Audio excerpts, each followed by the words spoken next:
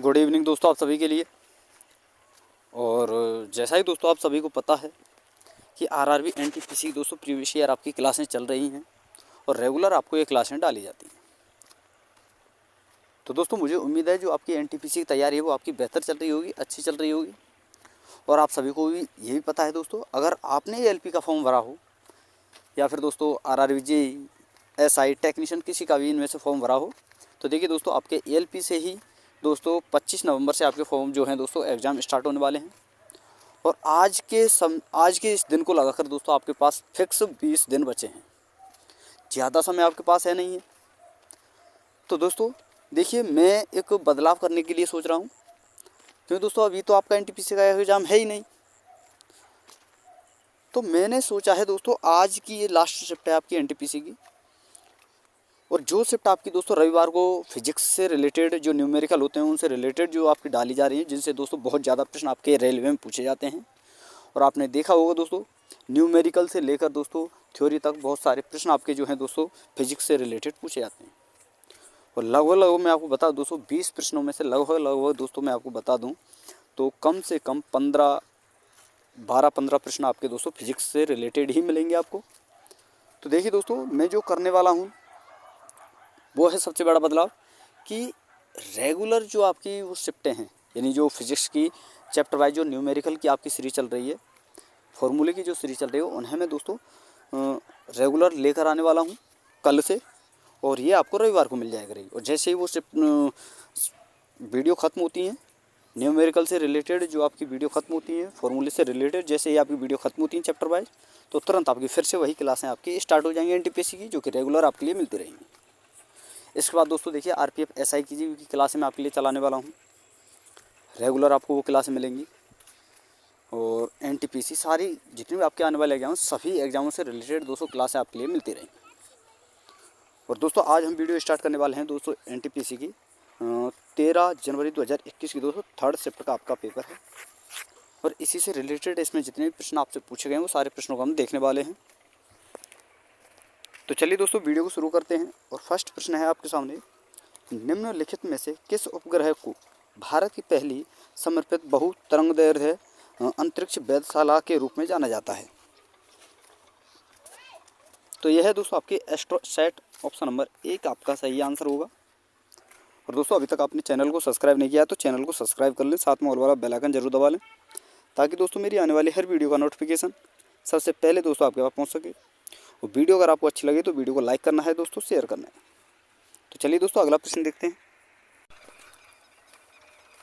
इस प्रश्न में आपसे पूछा गया है दोस्तों और कि हुमायूं नामा के माध्यम से मुगल कालीन दुनिया की झलक देखने को मिलती है, यह पुस्तक किसने लिखी थी? तो यह लिखी थी दोस्तों गुलबदन बेगम ने, ऑप्शन नंबर 3 आपका सही आंसर होगा। अगला प्रश्न है और पूछा गया है कि सोवियत गणराज्य के उस पहले देश का नाम बताइए जिसने अपनी स्वतंत्रता की घोषणा की। तो यह था दोस्तों लिथुआनिया, ऑप्शन नंबर 2 आपका सही आंसर होगा। अगला प्रश्न है पूछा गया है कंप्यूटर में डाटा को प्रोसेस करने के लिए इनमें से किस भाषा का उपयोग किया जाता है? तो ये किया जाता है दोस्तों बाइनरी भाषा का, ऑप्शन नंबर 2 आपका सही आंसर होगा। अगला प्रश्न है और पूछा गया है कि वर्ष 1969 में भारत में कितने बैंकों का राष्ट्रीयकरण किया गया था? तो ये किया गया था दोस्तों 14 बैंकों का, ऑप्शन नंबर 3 आपका सही आंसर होगा। अगला प्रश्न है पूछा गया है यूएनडीपी का पूर्ण रूप क्या है? तो यूएनडीपी का पूर्ण रूप है दोस्तों united nation development programme, option number 4 आपका सही आंसर होगा। अगला प्रश्न है पूछा गया है कि इनमें से कौन सा चिपको आंदोलन का प्राथमिक उद्देश्य है? तो यह है दोस्तों पेड़ों और वनों को बचाना, ऑप्शन नंबर 1 आपका सही आंसर होगा। अगला प्रश्न है पूछा गया है कि किंग जॉर्ज तृतीय ने मद्रास में उच्च न्यायालय की स्थापना किस वर्ष की थी? यानी किस वर्ष इसने दोस्तों जो है मद्रास में उच्च न्यायालय की स्थापना कराई? तो ये की गई थी दोस्तों 1800 में, ऑप्शन नंबर 4 आपका सही आंसर होगा। अगला प्रश्न है और पूछा गया है कि प्रसिद्ध जलियांवाला बाग इनमें से किस शहर में स्थित है? तो ये है दोस्तों आपका अमृतसर में, ऑप्शन नंबर 3 आपका सही आंसर होगा। अगला प्रश्न है, पूछा गया है कि निम्नलिखित में से कौन सा उपकरण विद्युत चुम्बकीय प्रेरण की घटना पर आधारित है। तो यह है दोस्तों आपका जनरेटर। ऑप्शन नंबर 4 आपका सही आंसर होगा। अगला प्रश्न है और पूछा गया है कि इनमें से कौन सी अधिकांश कोशिकीय प्रक्रियाओं के लिए ऊर्जा मापन की इकाई है। तो यह है दोस्तों आपकी एटीपी। ऑप्शन नंबर 1 आपका सही आंसर होगा। और दोस्तों वीडियो अगर आपको पसंद आ रही हो, प्लीज़ आपसे रिक्वेस्ट है दोस्तों, वीडियो को लाइक कर दें, शेयर कर दें, और अभी तक आपने चैनल को सब्सक्राइब नहीं किया है तो चैनल को भी सब्सक्राइब कर लें। साथ में ऑल वाला बेल आइकन जरूर दबा लें दोस्तों, ताकि मेरी आने वाली हर वीडियो का नोटिफिकेशन सबसे पहले दोस्तों आपके पास पहुँच सके। और दोस्तों देखिए, वीडियो पर आपको लास्ट तक बने रहना है। हर चीज़ को, हर क्वेश्चन को, हर प्रश्न को आपको आसानी से और अच्छी तरह से समझना है। तो वीडियो पर लास्ट तक बना रहे करें दोस्तों, लास्ट तक देखा करें, क्योंकि दोस्तों एक एक प्रश्न आपके लिए बहुत इंपॉर्टेंट है। चलिए अगला प्रश्न देखते हैं। और यहाँ आपसे पूछा गया है JNNURM का पूर्ण रूप क्या है। तो ये है दोस्तों Jawaharlal Nehru national urban renewal mission. Option number 3 आपका सही आंसर होगा। और अगला प्रश्न है, पूछा गया है निम्नलिखित में से कौन सा ऊर्जा का पारंपरिक स्रोत नहीं है। तो यह है दोस्तों आपकी पवन चक्की। ऑप्शन नंबर 2 आपका सही आंसर होगा।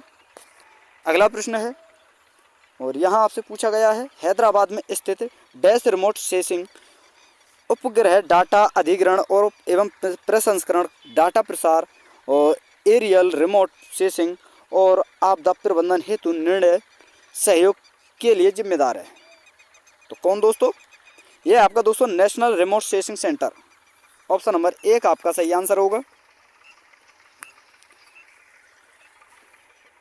अगला प्रश्न है और यहाँ आपसे पूछा गया है ASCII का पूर्ण रूप क्या है। तो यह है दोस्तों American standard code for information interchange.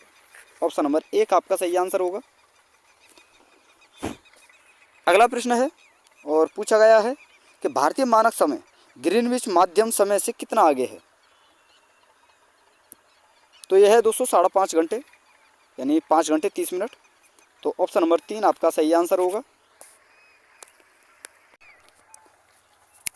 अगला प्रश्न है दोस्तों और यहाँ आपसे पूछा गया है लेंस की SI की शक्ति का, लेंस की शक्ति का SI इकाई क्या है।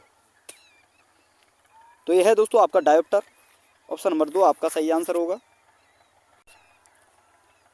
अगला प्रश्न है और यहाँ आपसे पूछा गया है कि इनमें से किस वर्ष में INC के लाहौर सत्र में पूर्ण स्वराज को भारतीय राष्ट्रीय कांग्रेस के लक्ष्य के रूप में स्वीकार किया गया था। तो ये किया गया था दोस्तों वर्ष 1929 में। ऑप्शन नंबर 3 आपका सही आंसर होगा। अगला प्रश्न है, यहाँ आपसे पूछा गया है 2011 की जनगणना के अनुसार भारत में महिला साक्षरता का प्रतिशत लगभग कितना था। तो ये था दोस्तों 65.46%। ऑप्शन नंबर 4 आपका सही आंसर होगा। अगला प्रश्न है और पूछा गया है कि भारतीय राजनीति प्रणाली के तहत इनमें से किस में महिलाओं के लिए आरक्षण की व्यवस्था प्रदान की गई है। तो किस में दोस्तों? पंचायती राज संस्थान में। ऑप्शन नंबर 3 आपका सही आंसर होगा। अगला प्रश्न है, पूछा गया है आयोडीन डैश के संश्लेषण के लिए आवश्यक है। तो यह है दोस्तों थायरोक्सिन के लिए। ऑप्शन नंबर 4 आपका सही आंसर होगा। अगला प्रश्न है, पूछा गया है निम्नलिखित में से किस समूह के पादपों के बीज आवरण रहित होते हैं। तो ये होते हैं दोस्तों अनावृत बीज, यानी दोस्तों जिम्नोस्पर्म के। ऑप्शन नंबर 1 आपका सही आंसर होगा। अगला प्रश्न है, पूछा गया है कि पत्थर की बनी नृत्य करते हुए पुरुष की मूर्ति नटराज किस स्थान पर पाई गई थी। तो ये पाई गई थी दोस्तों हड़प्पा में। ऑप्शन नंबर 3 आपका सही आंसर होगा। अगला प्रश्न है, पूछा गया है कि भारत में इनमें से कौन सा राज्य बॉक्साइट का सबसे बड़ा उत्पादक है। तो यह है दोस्तों आपका उड़ीसा। ऑप्शन नंबर 2 आपका सही आंसर होगा। अगला प्रश्न है दोस्तों और यहाँ आपसे पूछा गया है कि इनमें से कौन भारतीय संविधान की मसौदा समिति के सदस्य नहीं थे। तो ये थे दोस्तों AB ठक्कर, जबकि दोस्तों KM मुंशी, गोपाल स्वामी अयंगर और सैयद मोहम्मद शाहदुल्ला, ये तीनों के तीनों दोस्तों मसौदा समिति के अध्यक्ष थे, सॉरी दोस्तों समिति के सदस्य थे। तो ऑप्शन नंबर 4 आपका सही आंसर होगा। अगला प्रश्न है, पूछा गया है संयुक्त राष्ट्र में इनमें से कौन सी एजेंसी अंतर्राष्ट्रीय श्रम संगठनों श्रम अधिकारों का संवर्धन करती है? तो ये करती है दोस्तों ILO, यानी दोस्तों international labour organisation. Option number 3 आपका सही आंसर होगा। अगला प्रश्न है, पूछा गया है कि बी बलसारा इनमें से किस संगीत वाद्य यंत्र से संबंधित थे? तो ये थे दोस्तों पियानो से। ऑप्शन नंबर 2 आपका सही आंसर होगा। अगला प्रश्न है, पूछा गया है हिंद स्वराज्य नामक पुस्तक किसने लिखी? तो ये लिखी थी दोस्तों महात्मा गांधी ने। ऑप्शन नंबर 3 आपका सही आंसर होगा। अगला प्रश्न है, पूछा गया है कि इनमें से किसे भारत का नेपोलियन के नाम से जाना जाता है? तो ये है दोस्तों आपके समुद्रगुप्त। ऑप्शन नंबर 2 आपका सही आंसर होगा।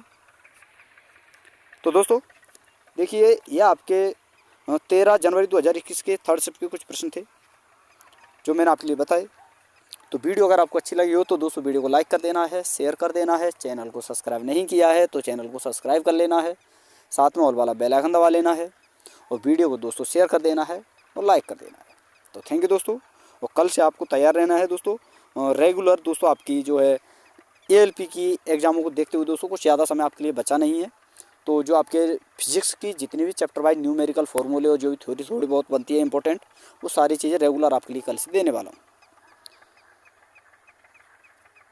तो चलिए दोस्तों, थैंक यू, धन्यवाद। फिर मिलते हैं नई वीडियो के साथ।